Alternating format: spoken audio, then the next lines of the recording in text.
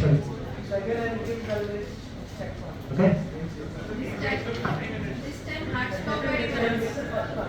Because these are perfect. Yes, we have to finalize this AI project. So that's why I was giving very high and just a 1%. Yes. Right.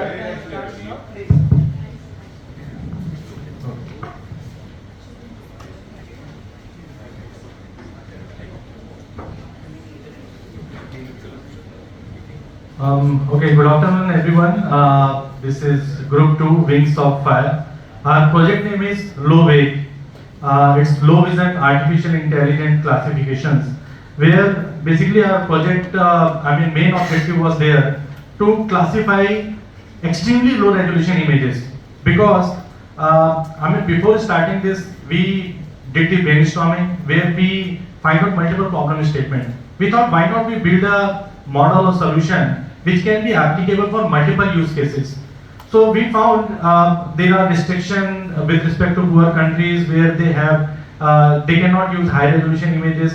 Even though low number of resolution images data was huge, but still it cannot be reused for any further AI usage or any valuable information.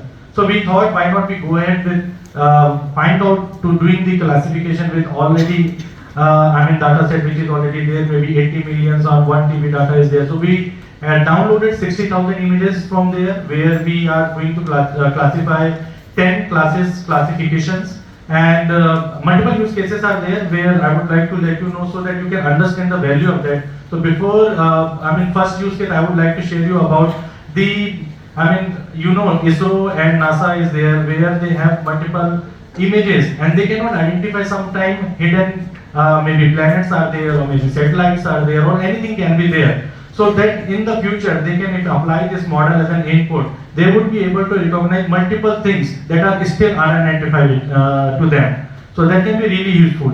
Now I would like to invite Somir also for explaining use case 2.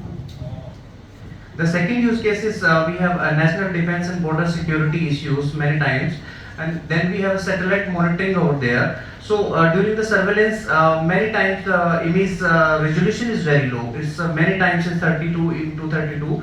So it's very difficult to identify whether there is artillery vehicles or any kind of army movement is there from the foreign country. So we are not getting alert on time. So if we can classify those movements on the borders, even we have the data in the low resolution images, we can make use of give advanced information and intel to our army or forces so that they can act on time and what kind of equipment they need so they can be well prepared in advance.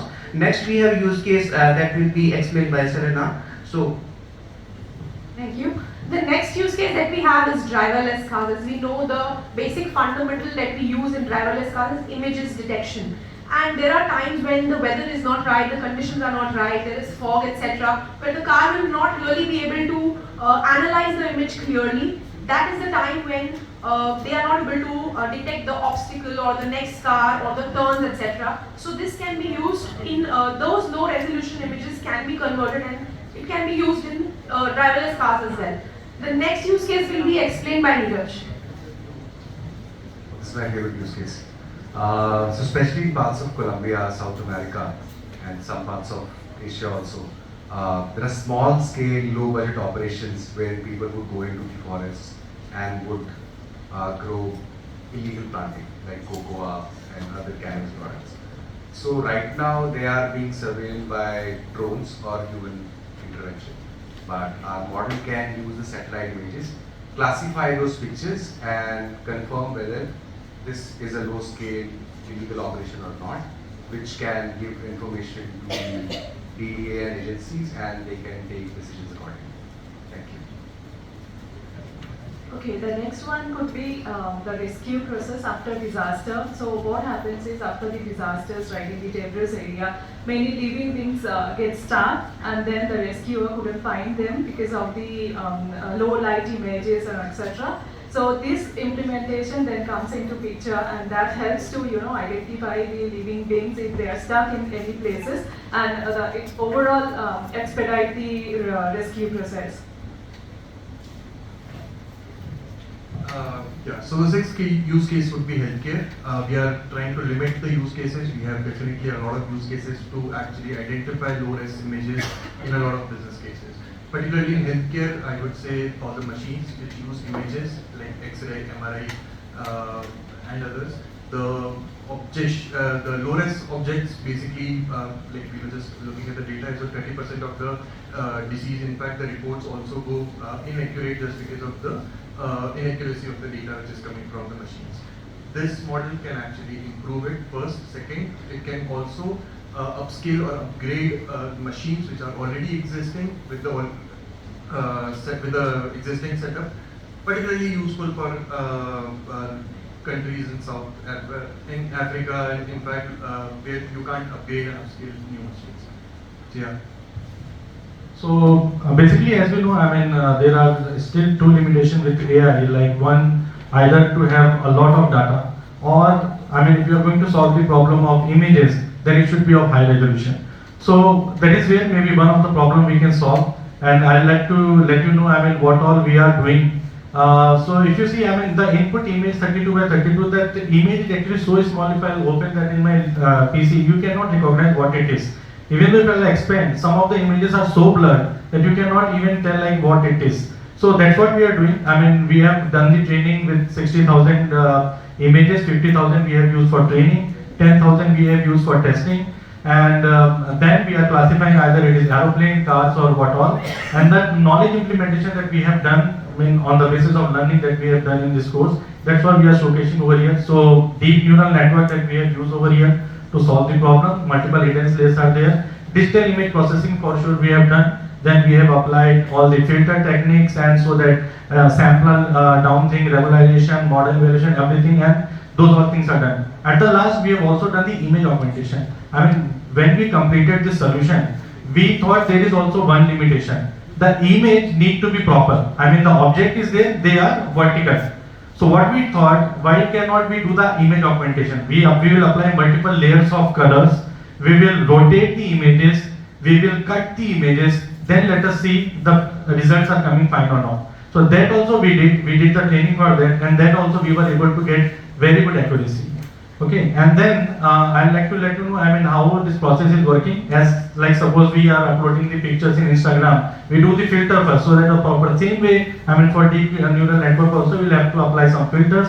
So there we are using the convolution layer, then we are doing the polling layer, so that downsampling can be done. Then it is being passed as a flattening data to the input. But as of now, 4 hidden layers we have used. 2 hidden layers, then we have applied all those things, and then other output for where we have used the softmax, so that after the softmax, one classification for multi-classes, that output can come. Okay, and then feature detection, those all things we have already told. In image classification, if you see, this is a 3x3 that in the code also we can showcase. So 3x3 that in this basis we have done the, earlier we have done the max pooling, so that the maximum feature can come, and after that we have done the average pooling. Okay. And these all things are done in sequential manner, so that in the sequential manner those output can come. And I'll just directly come to that. With respect to confusion matrix, and here as we told, our solution can be implemented for multiple use cases. So right now we have selected the accuracy portion. So in the accuracy, in the first epoch and second multiple epoch, if you run, we will be able to get the more better accuracy. So we were able to see, after changing the hyperparameter, up to 91% accuracy, we were able to get the output.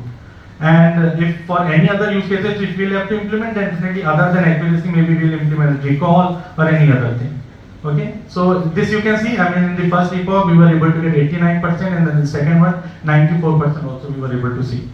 And this is the output. If you see the prediction and true output, those are things are being matched. This also, if you want to see the demo, that also we can show, and the random number of images that we are displaying over here. And this is the heat map. If you see the vertical line that you see, diagonal line, it is matching, most of the data is matching, that is why the data is very high. So this is all from our side, all huge effort, and thanks to every team member, and thanks for all your support and guidance. Thank you so much.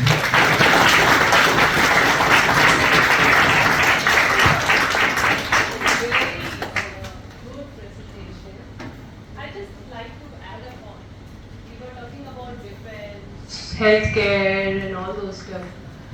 One practical use case which I could see this in fintech is especially the scanning of QR codes. Not everyone would be having the very good camera. Sometimes, you know, even the camera becomes wide.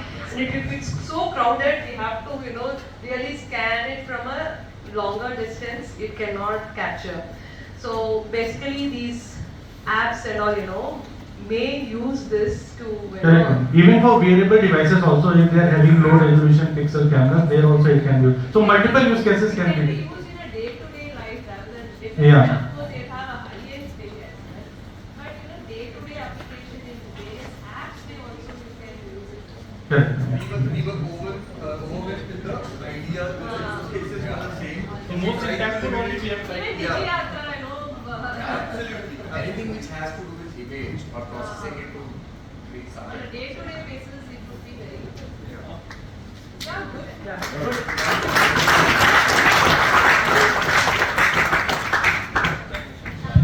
If any questions from anyone?